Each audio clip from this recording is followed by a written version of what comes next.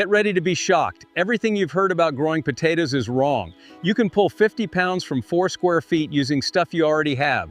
No digging, no tilling, no fertilizer, and the lazier you are, the better it works. You will want to try it. 3 seasons ago, I did it the hard way like everyone else. Trenches, compost mixing, perfect spacing, weekends gone, back pain, mediocre harvests. Then one random thing in my garage flipped everything. But the shocking part is why this works so well for home gardeners. Right when you think it is just a gimmick, the yield proves it is real. It started working, and then one small mistake nearly ruined the whole tower. If you wanted 50 pounds without digging, what would you do first?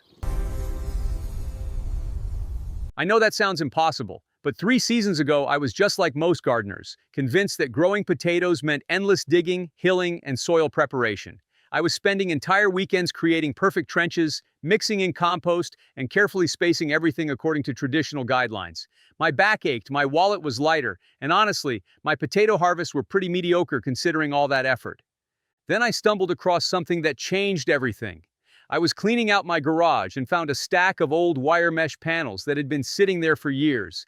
Instead of hauling them to the dump, I had this crazy idea. What if I could grow potatoes vertically instead of horizontally? What if I could eliminate all that digging and create a system that actually worked with natural processes instead of against them? That first experimental tower was rough around the edges, but when harvest time came, I pulled 53 pounds of beautiful potatoes from a space smaller than a standard garden bed. My neighbors thought I was crazy when I started building more towers, but now they're asking for my secrets. The local garden club invited me to speak, and I've helped dozens of people transform their potato, growing from a chore into something they actually look forward to. Here's the thing that most gardening experts won't tell you. Traditional potato growing methods were developed for large-scale commercial operations, where space is unlimited and labor is mechanized. But home gardeners don't need industrial techniques. We need methods that work with our limited space, limited time, and limited energy. The potato tower system I'm about to share with you accomplishes all of that while actually producing better results than conventional methods. Before we dive into the construction details, let me address the elephant in the room. You might be thinking this sounds too good to be true, or that vertical growing is some newfangled trend that can't possibly work better than time-tested methods. I get it. I was skeptical too. But potatoes are naturally inclined to grow upward. In the wild, potato plants keep producing new tubers as their stems get covered with organic matter. Traditional hilling actually mimics this natural process, but it does it in the most labor-intensive way possible. The potato tower method takes this natural tendency and supercharges it. Instead of gradually adding soil around plants throughout the growing season, we create an environment where plants can continuously develop new potato layers as they grow taller. The result is a 3-dimensional harvest instead of a flat 2-dimensional one. Now let me walk you through exactly how to build these towers. You're going to need some basic materials, but nothing expensive or hard to find. The beauty of this system is its simplicity and adaptability. You can build these towers with materials you probably already have, or you can pick everything up for under $20 at any hardware store. Your primary structure comes from wire mesh or hardware cloth. I prefer 16-gauge welded wire mesh with 4-inch openings, but you can use chicken wire, rabbit wire, or even repurpose old fencing materials. The openings need to be large enough for you to reach through but small enough to contain your growing medium. You'll need enough wire to create a cylinder about 3 feet tall and 3 feet in diameter. This gives you roughly 7 square feet of internal growing space, but remember, you're only using 4 square feet of ground space. For the growing medium, forget everything you've heard about expensive potting mixes and soil amendments. We're going to use a combination of materials that most gardeners consider waste. Start with leaves from last fall. If you don't have any saved, check with neighbors or local landscaping services. Many municipalities will deliver free leaf mulch if you ask. You'll also want some grass clippings, but make sure they haven't been treated with herbicides or pesticides. Kitchen scraps form another crucial component, but not the way you might think. We're not composting these materials first. We're going to use them fresh, creating a living system where decomposition happens in real time alongside plant growth. Vegetable peelings, coffee grounds, eggshells, and fruit scraps all work perfectly. Avoid meat, dairy, or anything that might attract pests, but otherwise your kitchen waste becomes potato tower gold. The construction process is surprisingly straightforward. Choose your location carefully because once these towers are established, you won't want to move them. Look for a spot that gets at least 6 hours of direct sunlight, but has some protection from strong winds. These towers are stable once filled, but they can catch wind like sails when they're first constructed. Create your wire cylinder and secure it with zip ties, wire, or clips. I prefer zip ties because they're quick, secure, and easy to remove at harvest time. Position your cylinder on level ground, but don't worry about soil preparation. One of the major advantages of this system is that it works on any surface, including compacted soil, grass, or even concrete if you add a drainage layer. Start filling your tower with a base layer of coarser materials. I use small branches, pruned twigs, or even crumpled newspaper. This creates drainage and air circulation at the bottom level. Then begin layering your organic materials. But here's where most people make their first mistake. They try to create perfect, uniform layers like they're making lasagna. Don't do that. Instead, think of this as creating a living ecosystem. Toss in some leaves, add kitchen scraps, throw in grass clippings, then more leaves. The goal is diversity and loose layering that allows air and water movement throughout the tower. As you're building these layers, soak everything thoroughly with water. These materials need to be moist but not waterlogged. When your tower is about 1/3 full, it's time to add your first potato layer. This is where the magic begins, and it's completely different from traditional potato planting. Instead of using seed potatoes, you can use sprouted potatoes from your kitchen, small potatoes from last year's harvest, or even potato pieces with eyes. Place your potatoes directly on top of your organic matter, spacing them around the perimeter of the tower about 8 inches apart. Don't bury them deeply, just nestle them into the existing materials and add a light covering of leaves or grass clippings. The potatoes should be barely covered, with maybe 2 inches of loose material over them. Continue building your tower with more organic materials, but keep the center relatively loose and open. This creates a chimney effect that allows air circulation throughout the entire structure. When your tower reaches about 2/3 full, add your second potato layer using the same technique. Some people add a third layer when the tower is nearly complete, but I found that 2 layers produce the best results. Top off your completed tower with a thick layer of coarse materials like leaves or straw. This mulch layer serves multiple purposes. It retains moisture, regulates temperature, suppresses weeds that might try to establish in your tower, and provides ongoing organic matter as it breaks down. Now comes the hardest part of this entire process, and it's something that goes against every instinct most gardeners have developed. You need to leave your towers alone. Don't dig around checking on progress. Don't add fertilizers or soil amendments. Don't worry if the tower height decreases as materials decompose. This settling is actually a sign that the system is working correctly. Your only job is to monitor moisture levels and occasionally add fresh organic materials to the top. If we experience a particularly dry spell, give the towers a thorough soaking, but otherwise, let nature handle the heavy lifting. The decomposing organic matter creates its own fertilizer system, releasing nutrients slowly and steadily throughout the growing season. The internal temperature of these towers rises slightly due to decomposition activity, which creates an ideal environment for potato development. The loose, well-aerated structure allows potatoes to form easily without the restriction they face in compacted soil. As the organic matter breaks down, it creates perfect potato growing conditions without any input from you. This brings us to one of the most common questions I receive about this method. People want to know about pest and disease issues. Here's something interesting that I discovered through trial and error. Potato towers actually experience fewer pest problems than traditional potato beds. The elevation gets plants away from many soil-borne pests, while the diverse organic matter creates a habitat that attracts beneficial insects and microorganisms. Potato beetles, the bane of most potato growers, seem less attracted to plants grown in towers. I'm not entirely sure why this happens, but my theory is that the complex scent profile created by all the decomposing organic matter masks the potato plants or creates confusion for pests trying to locate their target plants. Disease pressure also decreases significantly. The excellent drainage and air circulation prevent many of the fungal issues that plague traditional potato plantings. Late blight, which can devastate conventional potato crops, has never been a problem in my towers. The diverse microbial activity created by all that organic matter seems to create natural disease suppression. As your growing season progresses, you'll notice the tower height decreasing and the internal materials becoming more soil-like. This is exactly what should happen. You might also see volunteer plants sprouting from kitchen scraps you added to the mix, tomato plants from seeds in old tomatoes, squash from composted fruit, even herbs from vegetable trimmings. I consider these bonus plants and let them grow if they're not competing with the potatoes. Around midsummer, you can begin harvesting new potatoes if you want them. Simply reach through the wire mesh and feel around gently for small tubers. Take only what you need for immediate use, leaving the rest to continue growing. This is something you absolutely cannot do with traditional potato growing methods, where disturbing the soil damages the entire crop. The main harvest happens when the potato plants begin dying back naturally, usually in late summer or early fall depending on your climate zone. This is when the real magic of the tower method becomes apparent. Instead of digging and potentially damaging potatoes with a shovel or fork, you simply remove the zip ties or clips holding your wire cylinder together. The wire falls away, revealing a mound of rich, dark soil-like material studded with clean, beautiful potatoes. It's like opening a treasure chest. The potatoes practically fall out as you gently sift through the decomposed organic matter. There's no digging, no damage from tools, and no back-breaking labor required. But here's the best part that most people don't expect. That rich black material left behind after harvest isn't waste. It's some of the highest quality compost you've ever seen, created through the natural decomposition process that fed your potatoes all season. This material is gold for your garden beds, flower borders, or containers. I spread this finished compost around fruit trees, mix it into vegetable beds, and use it as potting medium for container plants. It's teeming with beneficial microorganisms, perfectly balanced in nutrients, and has ideal texture for plant growth. What started as waste materials has become valuable garden amendment, completing the circle of this sustainable growing method.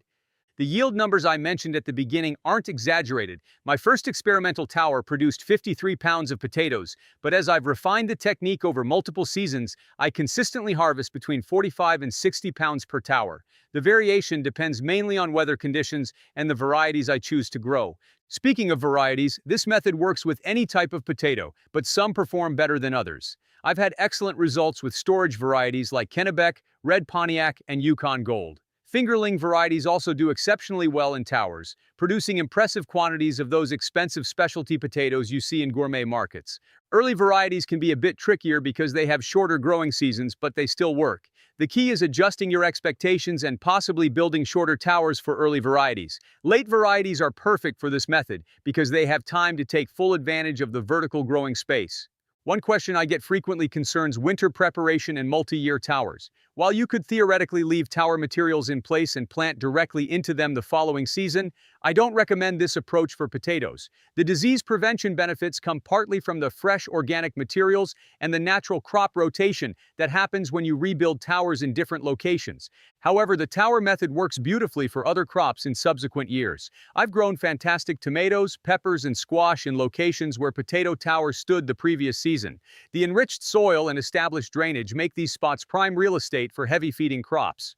For those interested in scaling up production, multiple towers can create impressive harvests from small spaces. I currently maintain 6 towers in a space roughly 12 feet by 16 feet, producing enough potatoes to supply my household for the entire year with surplus to share. This same space would hold maybe 2 traditional potato beds with significantly lower yields. The economics of this method are compelling. After initial wire costs, which can be reused for multiple seasons, the ongoing expenses are essentially zero. All your growing materials come from waste streams that you're already generating or that are freely available. Compare this to traditional methods requiring seed potatoes, soil amendments, fertilizers, and often rented or purchased equipment for soil preparation. Time investment is another major advantage. Building a tower takes maybe 30 minutes of actual work. Traditional potato beds require hours of digging, amending, planting, and ongoing maintenance throughout the season. I spend less time maintaining 6 towers than I used to spend on one traditional potato bed. The environmental benefits extend beyond just reduced labor and expense. This method keeps organic materials out of waste streams, reduces the need for purchased fertilizers and soil amendments, minimizes water usage through excellent moisture retention, and creates habitat for beneficial insects and soil organisms. Let me address some common mistakes that can reduce your success with this method. The biggest error is overthinking the process. People get concerned about perfect ratios of materials, exact spacing measurements, or precise timing.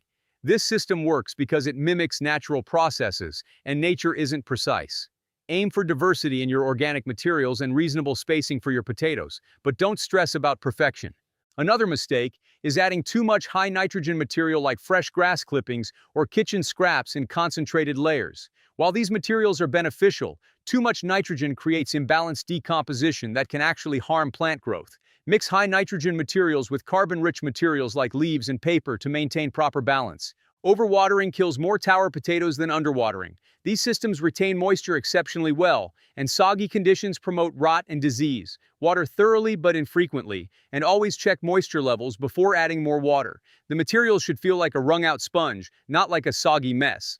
Location mistakes can also impact results. Avoid low-lying areas where water might pool around your towers.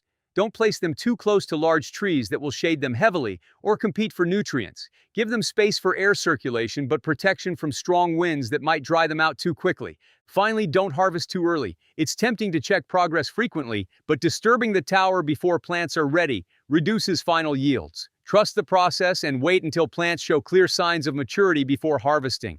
For those ready to start their first towers, begin collecting materials now. Even if planting season is months away, organic materials like leaves and kitchen scraps can be accumulated and stored.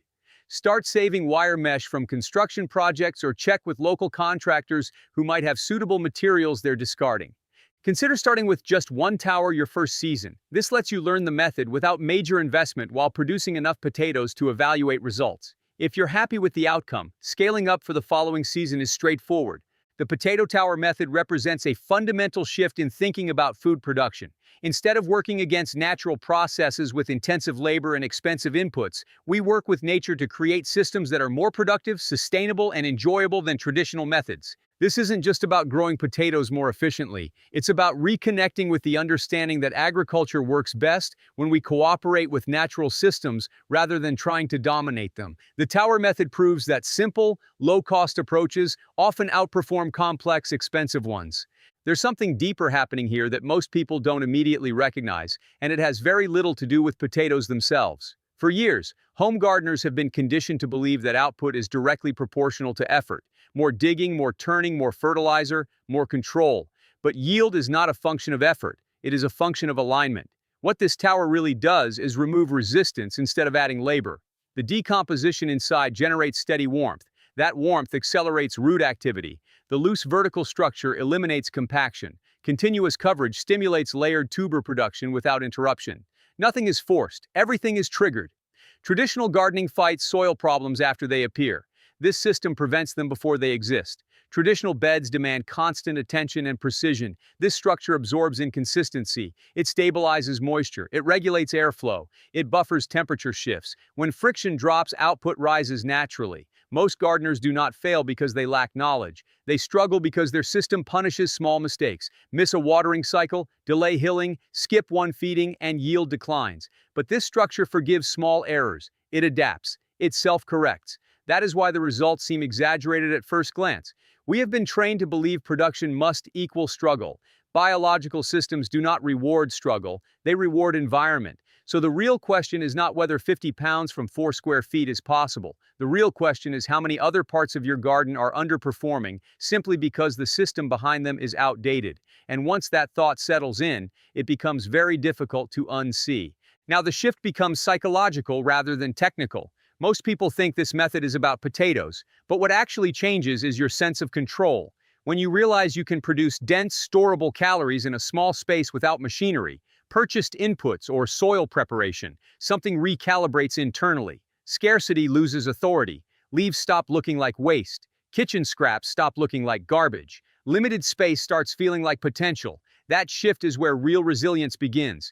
Food security does not start with acreage. It starts with autonomy. Control over process, control over inputs, control over dependency. The tower represents a practical reclaiming of that control. And once you harvest from a system like this, conventional advice no longer feels absolute because you have proof. You have seen vertical space outperform horizontal tradition. You have seen waste turn into yield. You have seen less effort produce more food. After that, it is difficult to return to old assumptions. Gardening shifts from hobby to strategy, from seasonal effort to long-term leverage. Yet there is still one variable many people overlook when building their first tower. It does not cause immediate failure. Growth looks healthy. The structure seems stable, but inside, a small imbalance can quietly cap the full potential. If unnoticed, production will not collapse. It will simply plateau. And that subtle detail is the difference between an average harvest and pulling the full 50 pounds.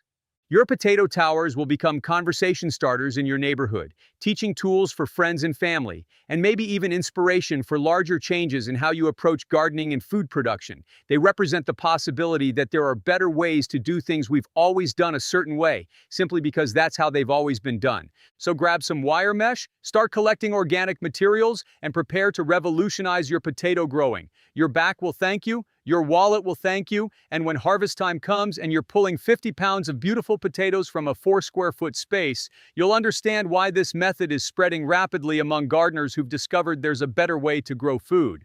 The next growing season could be the one where you finally achieve those impressive harvests you've always wanted, using methods so simple and sustainable that you'll wonder why anyone still breaks their back digging potato trenches. Sometimes the best solutions are hiding in plain sight, waiting for someone willing to question conventional wisdom and try something different.